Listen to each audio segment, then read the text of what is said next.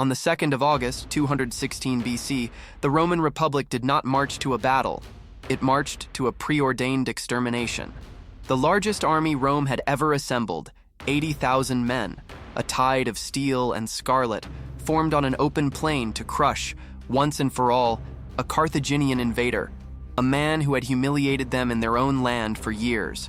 They were the embodiment of power, the brute force of a civilization destined to rule the world. Before them, Hannibal Barca and his multinational army, exhausted and outnumbered, seemed like cornered prey, ready for the slaughter. A Roman victory was not a possibility. It was a mathematical certainty, an inevitable conclusion dictated by the gods and by numbers. The air vibrated with the arrogance of a superpower about to annihilate its nemesis. What those 80,000 legionaries did not know was that the battlefield was not a plain, but a trap. They were not the hunters, but the prey. Every blade of grass, every gust of wind, and every ray of sun had been calculated by their enemy. The Carthaginian genius had not chosen this place to fight, but to execute a symphony of annihilation. They were about to enter an arena designed to turn their greatest strength, their numbers and their aggression, into the very instrument of their own destruction.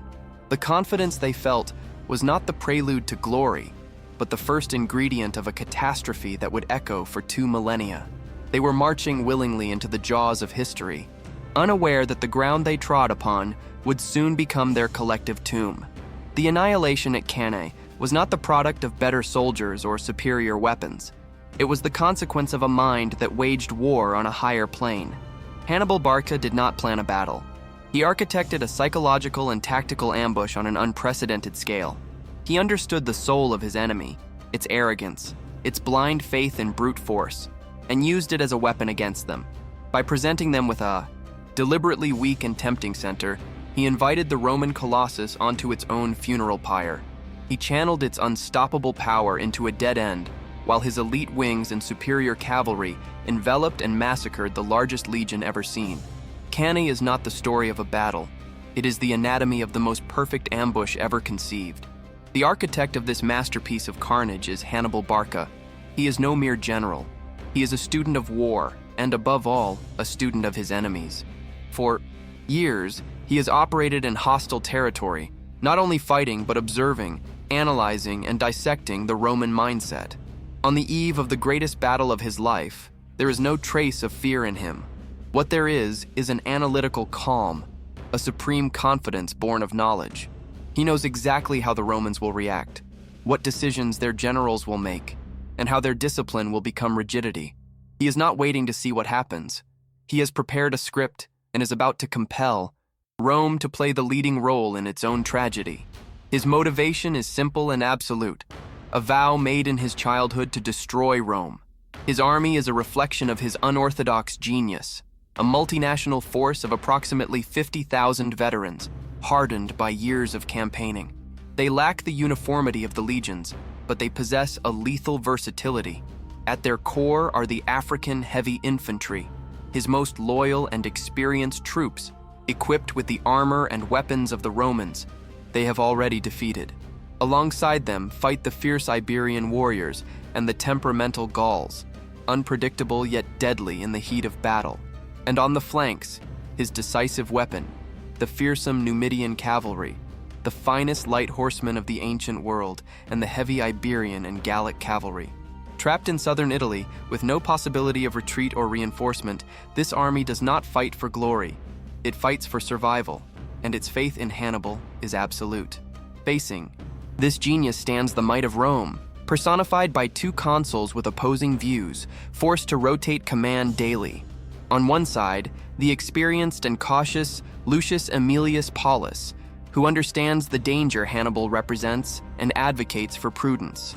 On the other, the impetuous and arrogant Gaius Terentius Varro, an ambitious politician who craves a crushing victory to cement his career. On the day of the battle, command falls to Varro. His mentality represents that of all Rome, a blind confidence that overwhelming force can solve any tactical problem.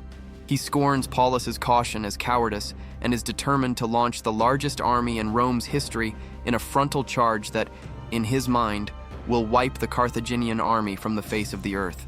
The giant that Varro commands is an unprecedented force, between 80 and 86,000 men, primarily heavy infantry. It is a standard Roman army, but doubled in size, with 8 legions instead of the usual 4. But its greatest strength conceals its fatal weakness.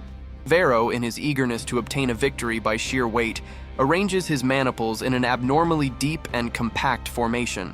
His plan is simple: to use this human mass as a battering ram to break the Carthaginian center with a single devastating blow.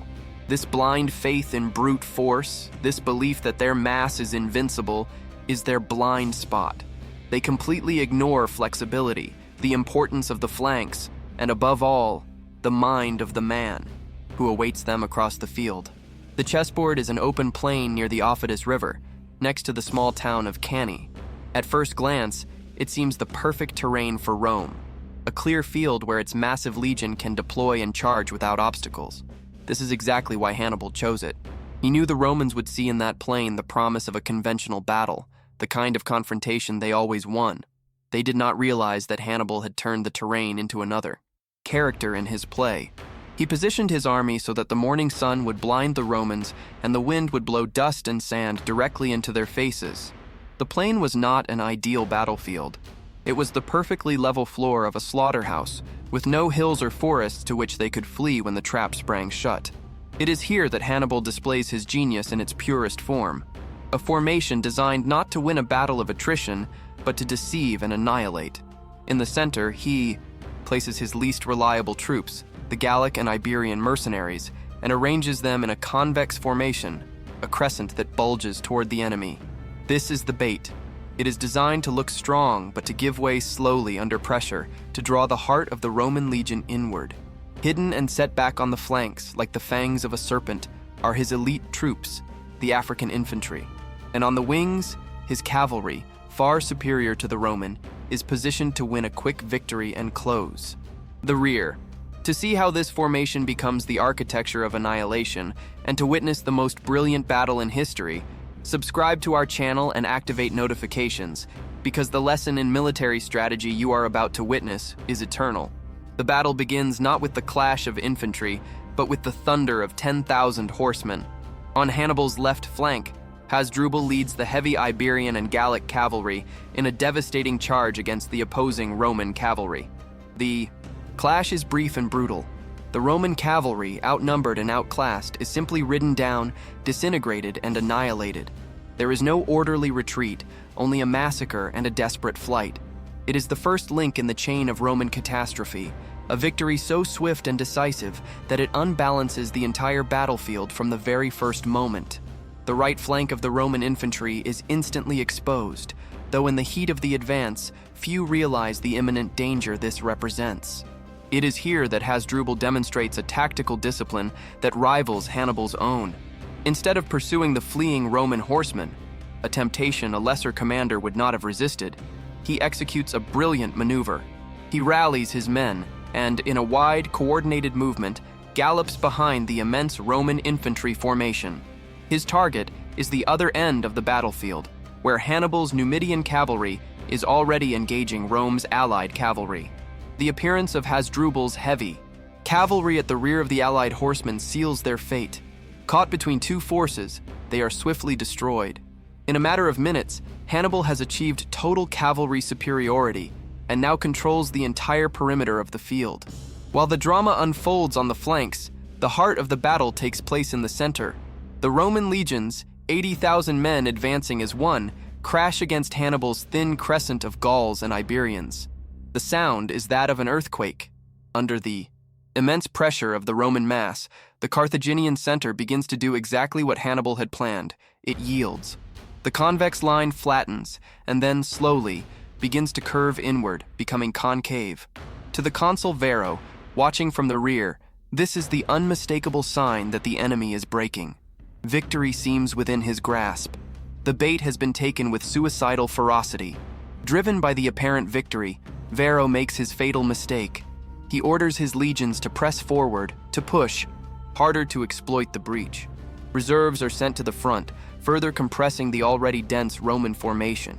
The legionaries in the rear ranks push those in front, eager to join the fight. The formation becomes an ever deeper and narrower mass, an uncontrollable human battering ram driving deeper and deeper into the belly of the Carthaginian formation. The Roman soldiers, in their arrogance and discipline, are forging their own chains, marching willingly into the center of the trap. Every step forward takes them further from salvation and closer to total annihilation. The Gauls and Iberians in the center are suffering terrible casualties, but their controlled withdrawal is a masterpiece of discipline.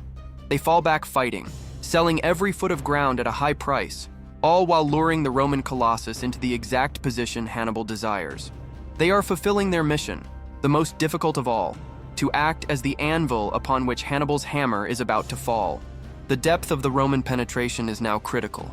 The legions have advanced so far that their flanks, once protected by their own cavalry, now protrude beyond the original battle line, completely exposed and vulnerable, unaware of the danger that waits silently on both sides. Then, at the height of the Roman advance, when victory seems most certain for them, Hannibal gives the order. It is the moment he has been waiting for, the instant for which he has designed the entire battle. From the wings, where they have remained motionless and disciplined, the elite troops, the African heavy infantry, spring into action. They do not advance forward, but execute a perfect turn inward, like two massive doors swinging shut. Their target is not the front of the legions, but their completely exposed flanks. Equipped with Roman arms and armor, these hardened veterans fall upon the legionaries with an organized fury, sowing death and confusion in ranks that believed themselves victorious. The impact on the Roman flanks is devastating. The legionaries focused on pushing forward are taken completely by surprise. Their formation, so effective for frontal combat, is terribly vulnerable to lateral attacks. The cohesion of the maniples begins to crumble. Panic spreads like a virus as soldiers realize they are being attacked from unexpected directions. But the final blow has not yet fallen. Just as the flanks begin to collapse, Hasdrubal's victorious cavalry, having eliminated all opposition, completes its circuit of the battlefield and charges with unstoppable force into the rear of the Roman infantry. The jaws of the trap have slammed shut. The Roman army, the largest in its history, is now completely surrounded. Pinned by the African infantry on the flanks, the Gauls and Iberians now holding firm at the front, and the Carthaginian cavalry at their rear, the legionaries are in a kill box with no escape. The open battlefield has become a cauldron. Room to maneuver has vanished. The Roman formation, once their greatest pride, becomes their prison. Panic replaces discipline. The battle is over. What begins now is a methodical and chilling process of industrial-scale extermination. What follows is one of the darkest episodes in military history. The Roman legionaries are packed so tightly that many cannot even raise their arms to use their shields or wield their gladius. They are a helpless mass of humanity, waiting to be slaughtered. Hannibal's soldiers, moving on the perimeter of the circle, begin the butchery. They stab and slash at the Romans in the outer ranks, who fall upon their comrades, increasing the chaos and compression. There is nowhere to run, nowhere to hide. The noise of battle is replaced by the screams of 70,000 trapped men dying slowly under the searing Apulian sun. The consul Lucius Aemilius Paulus, who had warned against the battle, fights bravely to the end. Wounded early in the fight by a slingstone, he refuses to flee and is cut down with his men. 80 senators and nearly the entire officer class of Rome die at his side. The army's command structure evaporates. The collapse is total. The Roman soldiers, stripped of their leaders, their formation, and their hope, are hunted down and killed for hours. The annihilation is systematic, relentless, and absolute. Hannibal is not just defeating an army, he is trying to kill the Roman Republic in a single bloody afternoon. The sun begins to set on a field of horror. The plain is covered by a carpet of bodies, a silent testament to the genius of one man and the arrogance of an empire. Of the 80,000 men who marched with pride that morning, only a few thousand managed to escape the encirclement, including the consul Vero, the architect of the defeat. The rest lie dead or dying. Hannibal has achieved the impossible. He has not only defeated an army that nearly doubled his in number, but he has utterly annihilated it. He has inflicted a wound on Rome so deep that the city would take generations to recover. The Battle of Cannae becomes the yardstick by which all future tactical victories would be measured. The double envelopment, executed to perfection, becomes the dream of every general. Hannibal did not simply win. He delivered an immortal lesson on the art of war. He proved that a commander's mind is the most powerful weapon on any battlefield, capable of overcoming any numerical disadvantage. The final annihilation was not just the result of a good tactic, but of a profound understanding of the enemy's psychology, turning their confidence into recklessness, their strength into weakness, and their ideal battlefield into a tomb. The figures of the aftermath are so monumental they defy imagination. Ancient historians like Polybius and Livy, though they vary in their estimates, paint a picture of absolute devastation. Between 50,000 and 70,000 Roman soldiers were slaughtered in a single day. To put this in perspective, it is a death toll that rivals the bloodiest battles of the First World War, but achieved in a few hours with swords and spears. In contrast, Hannibal lost barely 6,000 men, most of them the Gauls and Iberians who formed the bait in the center. The casualty ratio is one of the most lopsided in all of military history, a chilling testament to the lethal efficiency of Hannibal's trap. Rome had not just lost a battle, it had lost an entire generation of its citizens. The fate of the Roman commanders was a reflection of the catastrophe. The prudent consul, Lucius Aemilius Paulus, died as he had lived, with honor, fighting alongside his men after refusing the chance to flee. His body was found among the piles of corpses, and Hannibal, in a gesture of respect for a worthy adversary, ordered him given a proper funeral. On the other hand, Gaius Terentius Varro, the arrogant architect of the defeat, was one of the few who managed to escape. He returned to Rome in humiliation, expecting to be executed for his incompetence. However, in an act of extraordinary pragmatism, the Senate publicly forgave him, thanking him for not having despaired of the Republic. Rome understood that it needed unity, not scapegoats, to survive its darkest hour. For Hannibal, the victory was total, absolute, and terrifying in its magnitude. The battlefield was covered with so many gold rings from fallen Roman knights and senators that, according to legend, he had them collected in barrels to be sent to Carthage as proof of his triumph. He had destroyed Rome's military power in Italy, and now, theoretically, the path to the city of Rome itself lay open. His generals urged him to march immediately on the defenseless capital. The victory at Cannae was not simply the climax of his Italian campaign.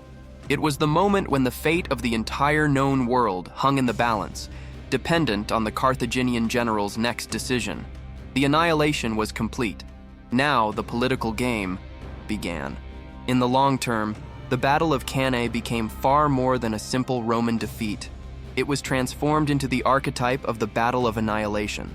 For over 2,000 years, generals, strategists, and scholars have studied every phase of Hannibal's masterpiece. From Scipio Africanus, who would use the lessons of Cannae to finally defeat Hannibal, to modern strategists like Count von Schlieffen, whose famous plan for Germany in the First World War was essentially an attempt to recreate Cannae on a national scale. The battle became a pillar of military theory, the ultimate example of how tactical cunning, surprise, and envelopment can overcome brute force. Its name became synonymous with tactical perfection. For Rome, the impact was a national trauma that forced it to fundamentally change its approach to war. The Republic realized it could not defeat Hannibal in a direct confrontation. The disaster of Cannae gave rise to the Fabian strategy, named after the dictator, Quintus Fabius Maximus. This new doctrine consisted of avoiding a pitched battle with Hannibal's army at all costs, opting instead for a war of attrition, harassing his supply lines, attacking his detachments, and slowly bleeding his strength without risking another annihilation. Rome transformed from a power that sought the decisive battle to one that avoided it, a psychological and strategic transformation born directly from the horror experienced on that Apulian plain. The battle also solidified Hannibal Barca's reputation as one of the greatest military geniuses of all time, perhaps the greatest. His name became a legend, an almost mythical figure used to frighten Roman children for generations. His daring crossing of the Alps and his 3 crushing victories at Ticinus, Trebia, and Lake Trasimene were already impressive, but Cannae elevated him to a divine status. He became the personification of Rome's nemesis, the brilliant and elusive enemy who brought the Republic to the very brink of extinction. His genius lay not only in his tactics, but in his ability to hold together such a diverse mercenary army through the sheer force of his leadership. Paradoxically, the defeat at Cannae also became a foundational myth for Rome itself. The fact that the Republic suffered a catastrophe of such magnitude, losing nearly its entire army and much of its ruling class, and yet still refused to surrender, became a central part of its national identity. Rome's resilience after Cannae, its ability to absorb a blow that would have destroyed any other power in the ancient world and continue to fight, became the ultimate example of Roman determination and spirit. Surviving Cannae was, in many ways, a greater moral victory than any triumph on the battlefield, forging the character of an empire that would eventually conquer its conquerors. After the carnage, when the dust settled and the scale of the victory became clear, Hannibal's Numidian cavalry commander, Maharbal, approached his general. The euphoria of the moment was palpable. "So that you may know what has been accomplished by this battle," he said, "march at once with the cavalry. In 5 days, you will be dining on the Capitoline Hill." Rome was terrified, defenseless, and at his mercy. It was the moment to strike the mortal blow. But Hannibal, the tactical genius, hesitated. He worried about the logistics of a siege, the lack of siege engines, and the defense of the city's walls. He deemed the risk too great and rejected his subordinates' advice. It was in that moment of hesitation that Maharbal spoke the words that have haunted Hannibal's legend through history, a phrase that summarizes the tragic irony of his career. Seeing the golden opportunity slipping away, he looked at his commander and said, "Truly, the gods do not give all things to one man. You know how to gain a victory, Hannibal, but you do not know how to use one." The greatest military victory in history contained, in its very moment of triumph, the seed of ultimate defeat. The decision not to march on Rome gave the Republic the time it needed to recover, regroup, and eventually carry the war back to Africa, where the genius of Cannae would himself be defeated.